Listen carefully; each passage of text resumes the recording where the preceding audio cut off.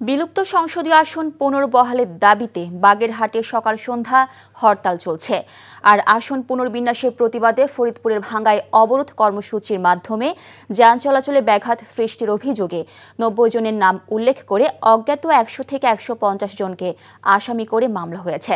রাতেই গ্রেফতার করা হয়েছে প্রধান আসামি আলগী ইউনিয়নের চেয়ারম্যান এবং সর্বদলীয় সংগ্রাম পরিষদের প্রধান সমন্বয়ক মম সিদ্দিক মিয়াকে।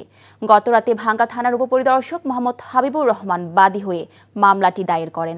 এদিকে ফরিদপুরের ভাঙ্গা থেকে দুটি ইউনিয়ন নগর কান্দা উপজেলায় সংযুক্ত করার প্রতিবাদে অবরোধ কর্মসূচি অব্যাহত রেখেছেন এলাকাবাসী। তবে অবরোধকারীদের মহাসড়কে দেখা যায়নি, স্বাভাবিক রয়েছে যান চলাচল। এদিকে বিলুপ্ত সংসদীয় আসন পুনর্বহালের দাবিতে হরতালে সমর্থন সকাল থেকে বাগেরহাট জেলা প্রশাসক কার্যালয়, আদালত ও নির্বাচন অফিস, কাটাখালী এবং নোয়াপাড়া মোড়ে বিক্ষোভ প্রদর্শন করে অবস্থান নিয়েছেন সর্বদলীয় সম্মিলিত কমিটির নেতা কর্মীরা। এতে সড়ক মহাসড়কে বাস, মিনিবাস, ট্রাক ও আমদানি রফতানি পণ্যবাহী পরিবহন বন্ধ রয়েছে।